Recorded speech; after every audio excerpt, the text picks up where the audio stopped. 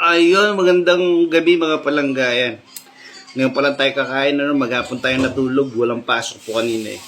So anyway, pray muna tayo bago tayo kumain. Amen. Ayan, so ulam po natin ay pang mabilisan.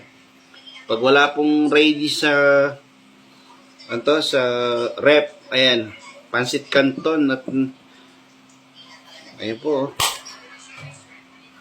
pansit canton at ayan, century tuna.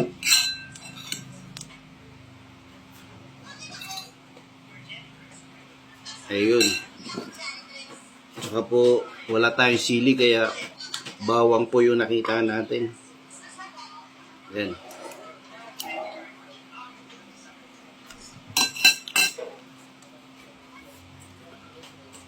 Okay, kain tayo mga palangga.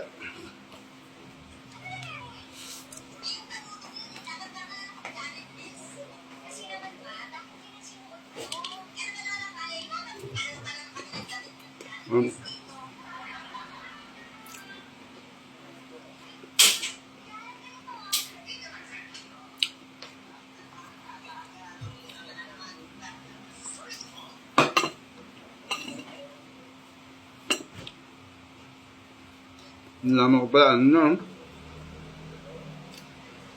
alas 9 na pala.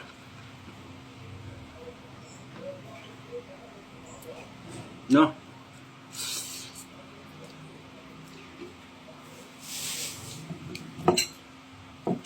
Sigurado ako lahat kayo nakakain na.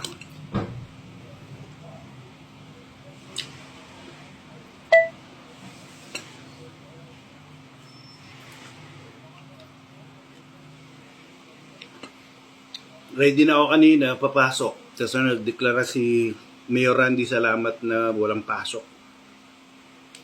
Ayun. Nga po.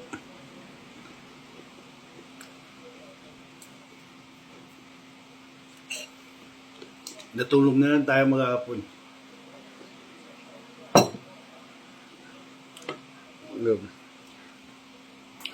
Saan mo nga palangga, sa totoo lang.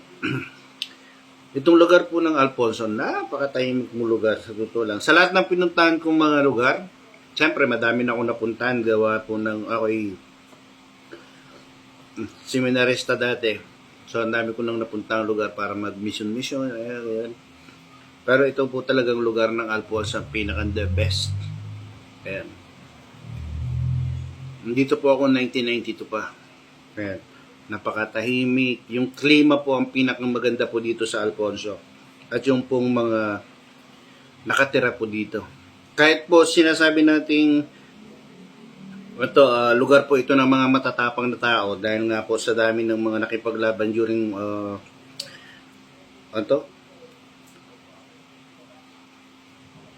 panahon ng Hapon, ayan, tsaka ng mga Amerikano. Itong lugar na ito po ay napakababait po talaga ng tao. Sa crime, kung makikita nyo ang crime po dito ay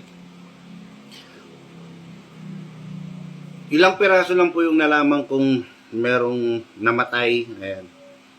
Pero the rest po ay talaga namang napakatahimik. Kaya nga po may award si Mayor, isa sa pinakamagaling na mayor po sa Alfonso. Pero anyway, lahat po naman halos ng mayor. Ayan, yung mga naabutan ko.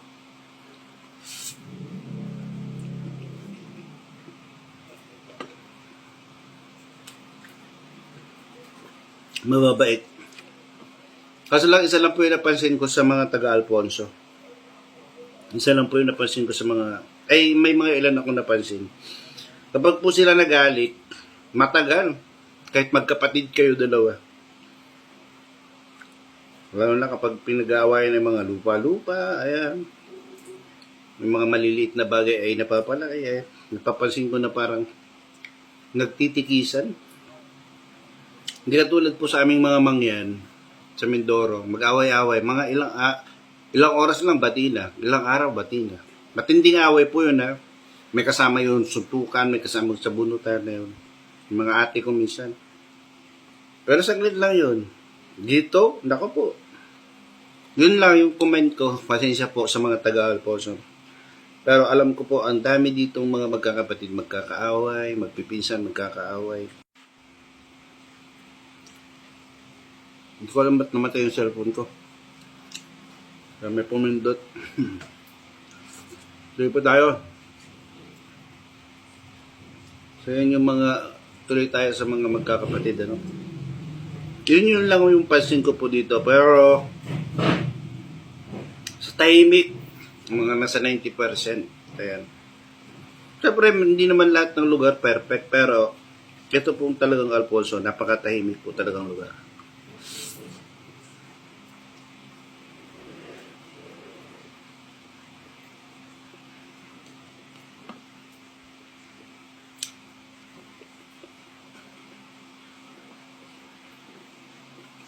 Nasa pa sa gusto ko dito po ay malapit sa Tagaytay, napakaginaw. Ngayon nga po, nagsisimula lang guminaw eh.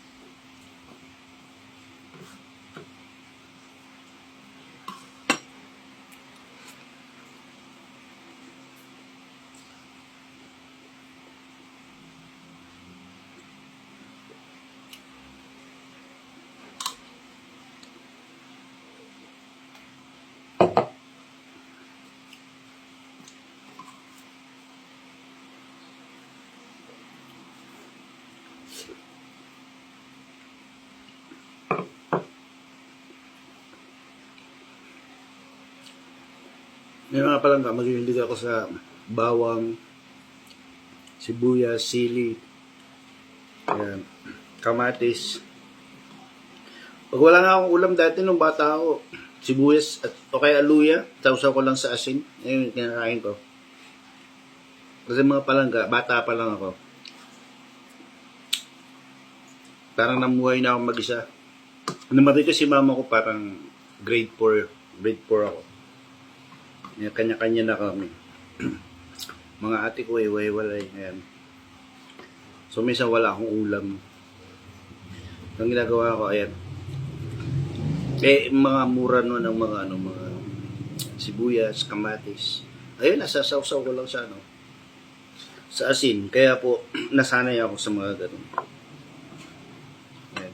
Pero ang madalas ko talaga ulamin nung bata ako po ay kangkong. Kasi yung ilog yun sa amin eh.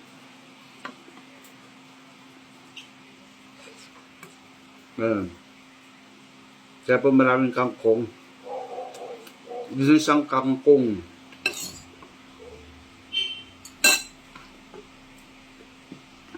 Ayan.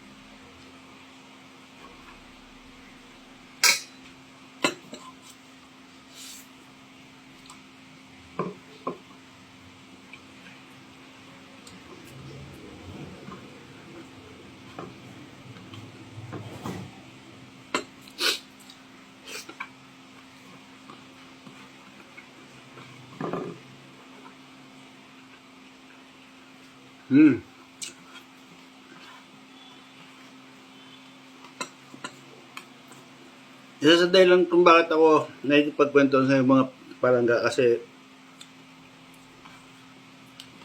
nauubos ko yung kanin ko minsan. Minsan tamad ako kumain para may isang beses lang sa araw. Ganyan.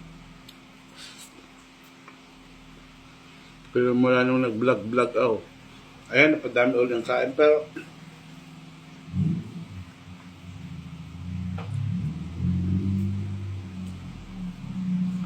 parang namahit naman ako kahit madami akong kinain. Yo.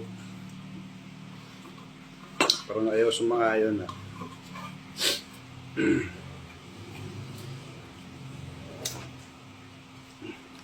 Lang mga palangga.